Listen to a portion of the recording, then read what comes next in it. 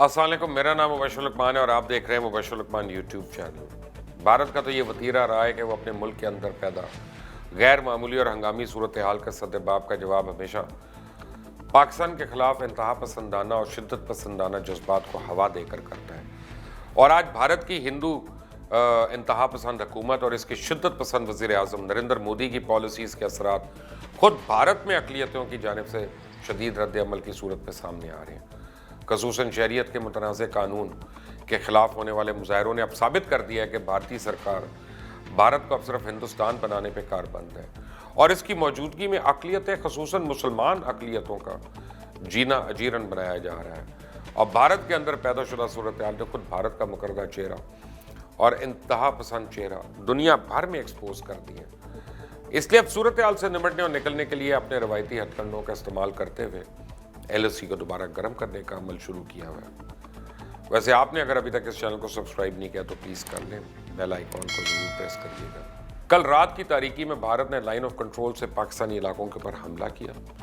लेकिन अफवाज पाकिस्तान ने दुश्मन के दांत खट्टे कर दिए और भारतीय फौजों को मुंह तोड़ जवाब दिया। लाइन ऑफ कंट्रोल के जोड़ा सेक्टर पर पाक फौज की जवाबी कार्रवाई में भारतीय फौज की चौकियां तबाह हो गईं और भारतीय फौजियों को तबाहशुदा चौकियों से अपने हलाक शुदा और ज़ख्मी एहलकारों को निकालते देखा गया।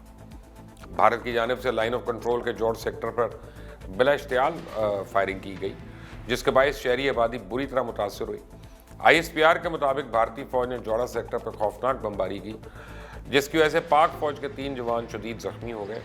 लेकिन कई शहरियों के शदीद होने और मुतादिद के ज़ख्मी होने की इत्तलात भी हैं। पाक फौज की जवाबी कार्रवाई के बाद वक्ती तौर पर तो भारतीय फौज की तोपें और बंदूकें खामोश हो गईं, लेकिन सरहद पर भारतीय फौज की जानिब से चंद और मशकूक हरकत की गई हैं,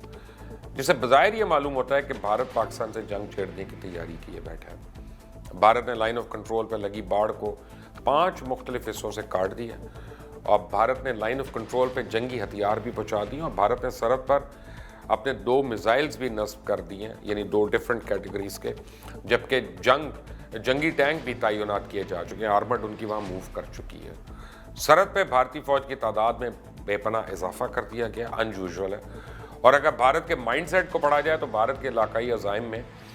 बड़ी रुकावट जो है वो पाकिस्तान है और इसे खुद मालूम है कि पाकिस्तान को ज़ेर नहीं कर सकता, बस उसे अपनी कमज़ोरियों और पाकिस्तान की दिफाई सलाहियत का एहसास है, लेकिन अपने बयानात और ऐलानात के ज़रिए पाकिस्तान पे वो साइकोलॉजिकल प्रेशर ज़रूर रखना चाहता है। लेकिन पाकिस्तान में किसी भी इशू पे 2 राय तो हो सकती हैं, लेकिन भारत और भारत के जारयाना अज़ाइम के ख़िलाफ़ कौम और अफवाज दोनों मुत्तहिद हैं और इसका अमलन इजहार भारत की जानिब से बालाकोट में जब उसने चोरों की तरह हमला किया था उसमें ज़ाहिर हो गया था। जवाब में पाकिस्तान ने तो दिन दहाड़े अपना जवाबी कार्रवाई की और 2 भारतीय तैयारों को उनके अंजाम पे पहुंचा दिया। हकीकत यह है कि 27 फरवरी 2019 का दिन भारत की सियासी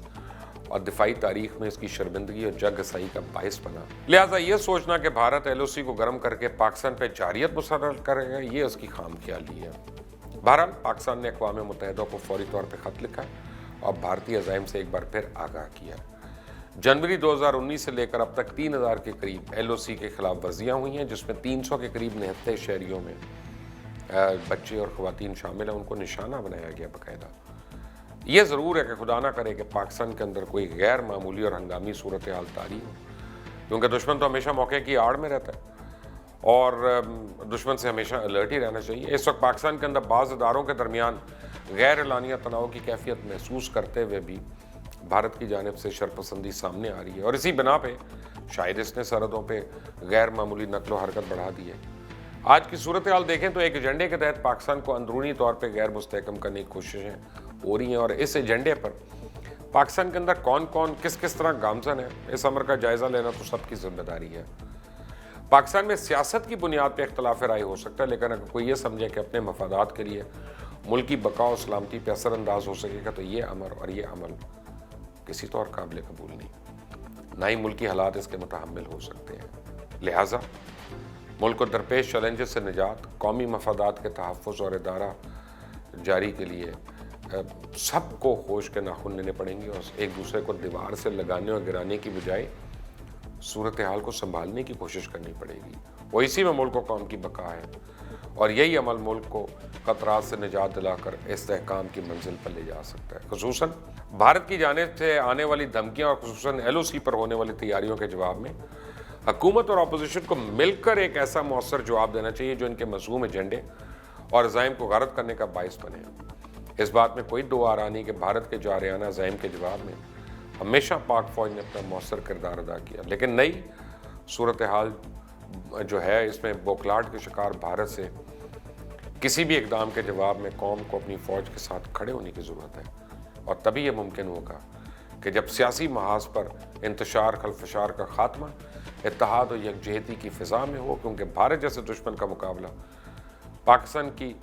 مسلح افواج کے ساتھ ساتھ پاکستان کے باشعور عوام کو بھی کرنا ہوگا، جس کے لیے حکومت اور اہل سیاست کو اپنا کردار ادا کرنا چاہیے۔ اس چینل کو سبسکرائب ضرور کریں، بیل آئیکن کو پریس کریے گا تاکہ تازہ ترین اپڈیٹس اور ویڈیوز آپ کو ملتی رہیں۔ اللہ حافظ۔